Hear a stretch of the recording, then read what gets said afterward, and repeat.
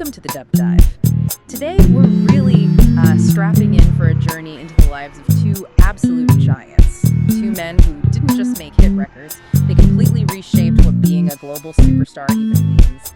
We're going deep into the source material on Michael Jackson, the king of pop, and Prince, the purple polymath. Yeah, and we've sifted through a huge amount for you today.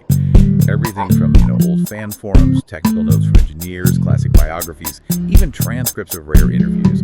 Our aim here is to kind of cut through some of the myth-making and really compare the creative paths these two took, how they became these, planetary figures in music. And you have to start with just the sheer scale, right? Michael Jackson is still recognized as the most successful entertainer of all time. We're talking over 500 million records sold. Exactly. And that kind of impact, it doesn't just vanish. It's so huge that even now, with artists like Taylor Swift being massive, there are still debates comparing their global reach to MJ's.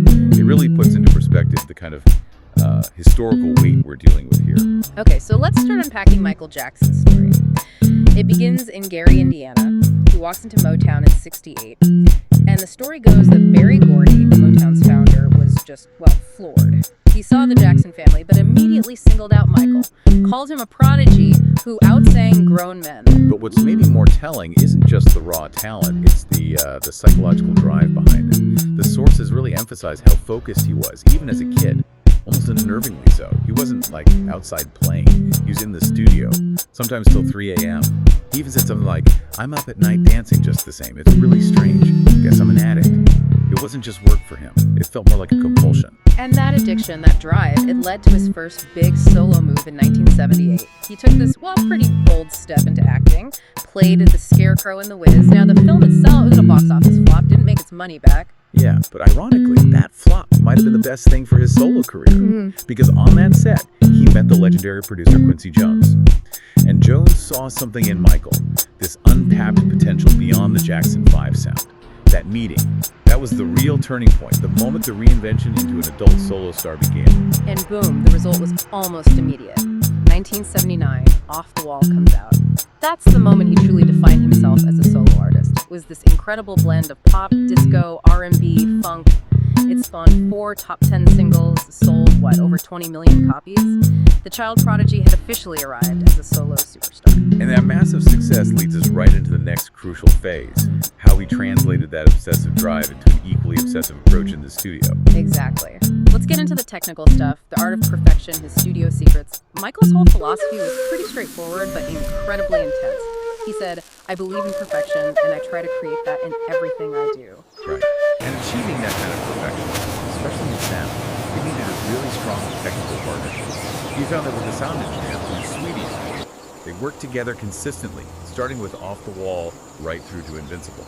And together, they crafted that signature MJ sound, partly by refusing some of the standard studio shortcuts. Yeah, the details here are fascinating, like the microphone choice. Most pop vocals back then, and even now, use large condenser mics, right, for that clear, airy sound. But Swedian, to avoid squashing Michael's dynamic voice with heavy compression, he picked something different for the lead vocals, the Shure SM7, a dynamic mic. Which is wild because the SM7 is mostly known as a broadcast mic, for radio. It handles loud sounds really well and cuts background noise, but it's not the obvious choice for, high-fidelity pop. But they used it deliberately to capture all that energy, even the grit in his voice, without needing to flatten it out later with compression. Okay, but here's the part that sounds like pure genius to me. The vocal layering. How they got that incredibly rich sound. Michael would sing the lead part and double it, singing close to the mic both times. Right. Standard practice so far. But then for the third take, he would physically take a step back, one measured step away from the microphone. And Sweden would then turn the volume of that take, the slightly more distant one, up, so it blended with the first two. Wait, hang on. Why step back? What does adding a slightly more distant take actually do? It changes the sound reaching the mic. That third take captures more of the room sound, the early reflections sound bouncing off the walls before hitting the mic diaphragm. Sweden called the effect a true musical demarcation. Basically, that subtle layer of room sound makes the vocal feel much richer, fuller. It helps it sit in the mix and sound huge without needing heavy compression. It creates this sense of space around the voice. That level of detailed crafting, it explains how they could work so fast, right? An album as layered and complex as Thriller, done in just 6 months. Exactly. because the process, while meticulous, was incredibly focused. But the crafting didn't even start in the studio booth, technically. Jackson was composing parts using just his voice. He'd create these complex, polyphonic, a cappella demos. The demo for Beat It is a famous example. He'd lay down the beat, the bass line, melodies, harmonies, all using vocal sounds, hiccups, clicks, percussive noises. His voice wasn't just the lead instrument, it was the whole orchestra at the composition stage. Which brings us perfectly to his voice itself, the sort of vocal paradox. We know he was musical, but the pure singing. What was his voice technically? Critics usually classify him as a high tenor, and they mention this incredible 4-octave range, perfect pitch. Yeah, the delivery was just so theatrical. He could shift from this really clear, soft tone to something harsh and aggressive, depending on the song or genre, which is why he holds that unique Grammy record. He's the only solo artist ever to win Grammys for vocal performances in 3 different genres: pop, rock, that was for Beat It, and R&B. Wow. And to maintain that voice, especially while doing those insane dance routines on stage for hours, he trained heavily, right? With Seth Riggs. Yes, Seth Riggs and his speech-level singing technique. A lot of focus was on breath management, which is absolutely crucial if you need to sing powerfully while performing strenuous choreography. You need to keep the tone vibrating without straining. But there's also a critique, noted in the sources, related to his childhood. The idea that maybe, as a child prodigy, he pushed his voice too hard, too high, too loud. Vocal experts like Alfred Bernard Bach had warned way back that young voices shouldn't really be pushed beyond about 1 octave during development. And the potential fallout from that early strain. It was believed it might have contributed to vocal nodules developing later in his career, which could explain why, for some tours, they reportedly had to lower the keys of some songs. It's a fascinating insight, isn't it? The possible physical cost of being that driven, that talented, so young. It really is. And it highlights something often missed. Because he was such a phenomenal dancer, performer, visual artist, the total package, people sometimes forget just how technically skilled a singer he was. The spectacle could overshadow the pure vocal craft. So we've seen Michael's path. Intense drive, collaboration, this meticulous studio perfectionism with guys like Sweetian. Now let's pivot. Because Prince took an almost diametrically opposite route, didn't he? The self-produced architect. Totally different. If MJ relied on this trusted team to execute his vision, Prince was the team. He became possibly the youngest artist ever to get full production credit on a major label album. His second album, Prince, the one with I Wanna Be Your Lover, he played basically all the instruments himself. That set the template right there. Fierce independence. And he was also a master of creating his own mythology, wasn't he? Initially, he sort of claimed he wasn't really influenced by anyone. Right, that was part of the mystique he built.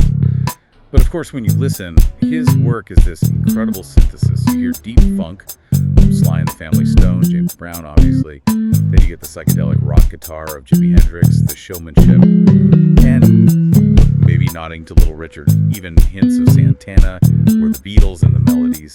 He absorbed it all and created something entirely his own. And that independence wasn't just musical, it was structural.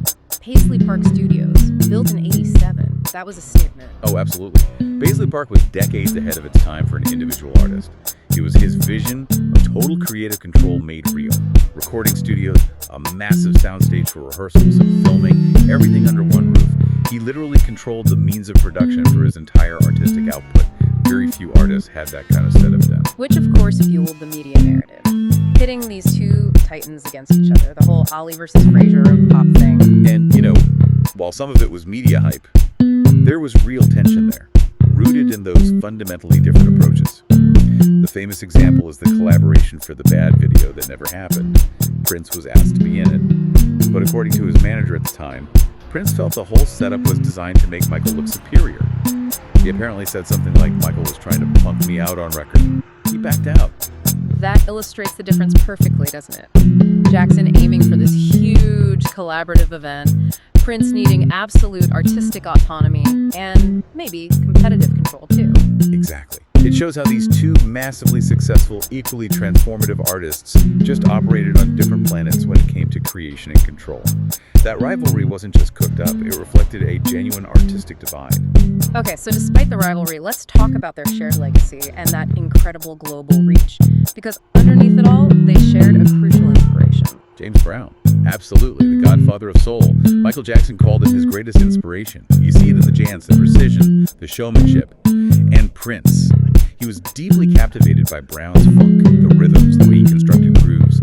It's foundational for both of them. And their impact just branched out everywhere. Michael Jackson, especially, his success blew open doors. It changed MTV, helped black artists cross over into the mainstream global market in an unprecedented way. His influence is just ubiquitous. You see echoes in Usher, TLC, but also modern artists like The Weeknd, Bruno Mars, Janelle Monáe, even someone like Beck is cited. And that global status for MJ is unique.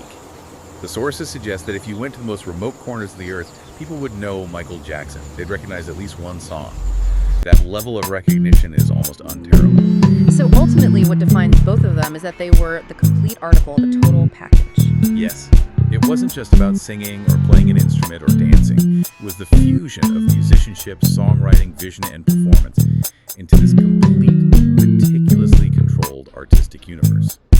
Whether it was MJ achieving it through Sweetian's engineering brilliance or Prince through his own multi-instrumental self-produced genius, the end result was this total immersive experience, crafted with incredible precision. We really dug into some amazing technical details today. From the potential risks of Michael's childhood singing style, to that specific Shure microphone choice, to Prince's whole vision for Paisley Park, it really hammers home how much that technical mastery underpinned the spectacle we all saw. It absolutely does. It shows how much technical choices made in the quiet of a studio can shape the massive emotional impact of the music. And that leads us perfectly to the final thought we want to leave you with today. We know Michael Jackson talked about writing songs like Heal the World while sitting in his giving tree at Neverland. He felt the tree helped him find a state of escapism and wonder.